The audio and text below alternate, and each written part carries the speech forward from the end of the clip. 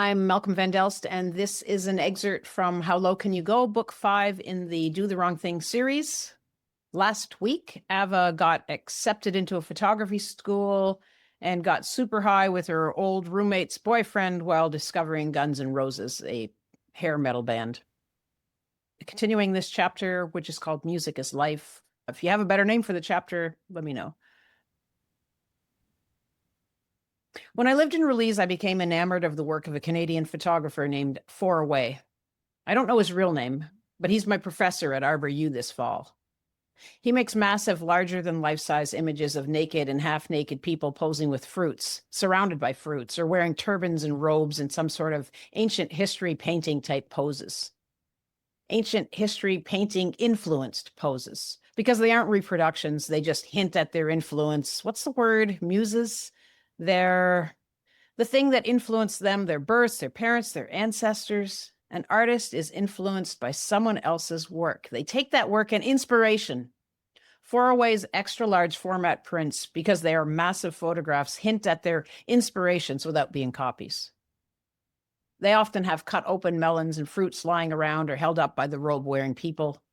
Lush and luxurious, full of color and richness. Odd, too.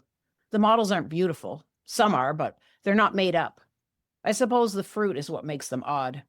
Anyway, this fantastic photographer is going to be teaching me. This, along with Emily giving me a box of darkroom paper. I didn't even know she'd ever once been into photography. And Owen leaving me his camera. It's like stars are aligning, or I have no money and no job, yet I'm getting these opportunities and help from all angles and coincidences. I think the universe wants me to go to art school. It's hot. I'm standing on the 4-lane highway near my house, hitching a ride to Release via the 417. I'm wearing the same black bra and cut-off black slip from the previous section, but denim short shorts. Lots of makeup, red lipstick. I've started doing this, wearing more makeup and dressing in the sorts of clothes women are expected to wear. I have to dress poor, though, cut off and cut up. I can't pretend to have money. I can't. I can spend a lot of money to look poor, but I can't spend little money to look rich. It feels like lying. A red sports car slides by, stops short ahead of me, and the passenger door flips open. I run to the car and look in. I'm a roast dude, about my age or a few years older, smoking. He stares straight ahead. I hesitate, but get in and shut the door. Hi, I say. Hi. He glances over as he puts the car into gear and peels out back onto the street. My name's Ava. I hold out my hand. The guy nods, but doesn't even look over. Nice day. He nods again as he takes a pack of cigarettes from beneath his car radio, pushes a smoke up and out of the pack and holds it towards me. Thanks, I say, taking it. Quickly, he's off the main freeway and onto a back road. I know I should be scared, and I kinda am, but what can I do now?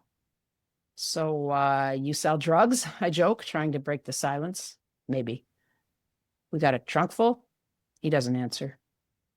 We're in Release in much less time than the normal 2 hours. Where are you going?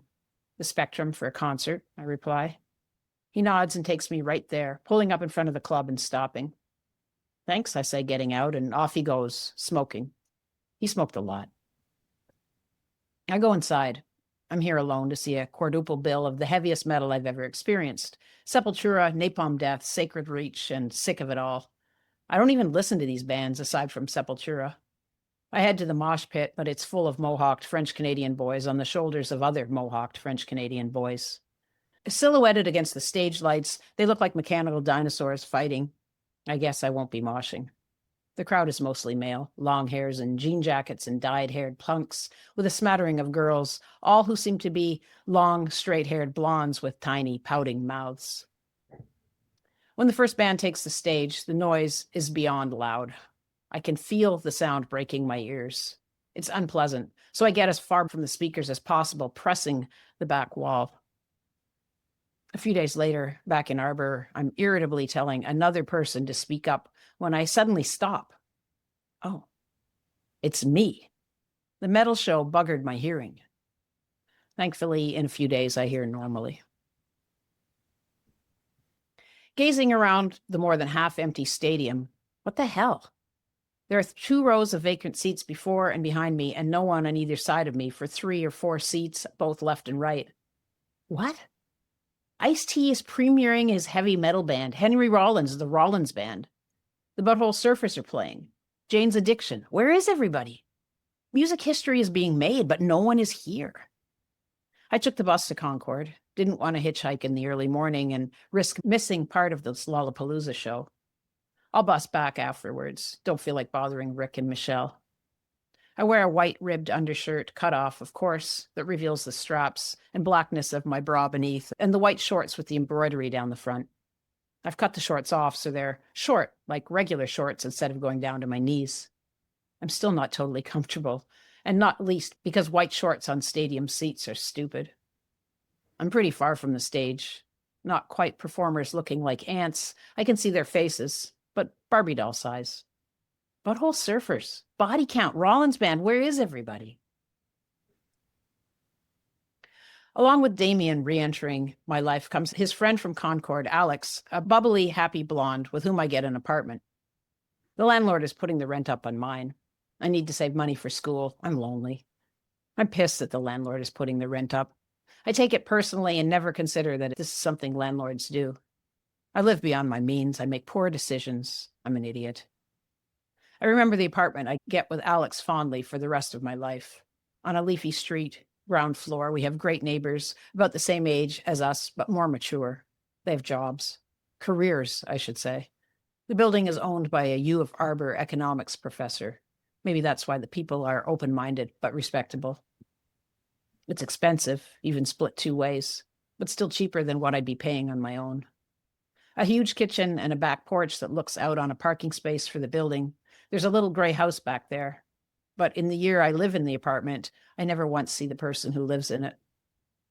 2 large bedrooms, a good-sized living room, and the pièce de résistance, a full basement. With a dirt floor, it's true, but I fix that easily with an old piece of green turf my parents give me. It becomes my art studio. With the furniture I've reclaimed, painted, and reupholstered, the suite is both homey and funky. Alex is great to live with, easygoing, but stays in her room a lot, and I have the run of the place where I fill the hallway and living room walls with more bedsheet canvases and work. When Ian started managing at the Pioneer a year ago, I thought he was going to be awful because of the nerdy way he dressed, but I was wrong. Ava, he teased me shortly after I came back from New York, you look like a bum. Ian, I had responded, pointing to my dreads, $200. Then I pointed to my brand new band t-shirt, $20. My oversized black hip-hop shorts, $100. And my docs, $100. You spent over $400 to look like a bum, he laughed. But it was good-natured, and I laughed with him because he was right. This new manager, though, she doesn't laugh at my fashion choices. From the moment she starts her job, if she smiles at me at all, it's strained. Not that I care. Work has become difficult. Emily and I have drifted apart. I don't really like hanging out at Amoeba anymore. It's not an art gallery, no matter what Simon and Johnny say. It's a house where a bunch of guys on welfare live. Amoeba is cold, dirty, and disheveled. I only go because otherwise I'd be at home, alone. I can only shop, take photos, and paint clothes for so many hours a day. It's a late summer afternoon when I show up at the Pioneer for a dinner shift wearing men's army underwear, lightweight, cream-colored wool boxers. I pull the fly open to show my coworkers the black tie-dyed bicycle shorts I've got on underneath. You're not wearing those at work, the new manager, Amy, says. I close the fly. Why not? They're disgusting. What's disgusting about them? You can't see anything. They're no different from a pair of shorts. Go home and change. Seriously? You are not working in those, Ava. My chest tightens. Amy, go home. Change. She's furious. I leave, but I don't go back. It's hard to describe. Impossible, in fact. I have no words, concepts, or reference frame. Awareness with zero associations, memories, or feelings. A blinking, detached. I'm not even an eye, an amoeba. I stare at a formation of light and dark, 3 planes meeting in a point. The plane that stretches above me lightest in tone, the one to my side darker, and the one at my feet darkest of all. I enjoy this feeling, floating in consciousness. What time is it? No idea. Day? Year? What is a day? What is a year? I can't pinpoint the trigger that returns me to reality. The odors of stale beer, cigarettes, Greg's sweat, and dirty clothes. The three planes meeting become two walls in the ceiling of Greg's bedroom. I turn my head. The sun peeks in around a drawn blind. I turn a bit more and recognize scuffed walls, the heavy dresser and piles of clothes across decayed hardwood, my backpack, Saint-Cont and Labatt blue cans, and a cut ashtray full of wet dust and cigarette butts. Trills and peeps skate through the air. Birds outside. Was that God? That absence of understanding? Was he overwhelming me? Prophets have visions and hear God speak. Maybe I get nothing. Anyway, it's morning, August 23rd, 1991. I'm Ava Mueller. I'm in Greg's bed.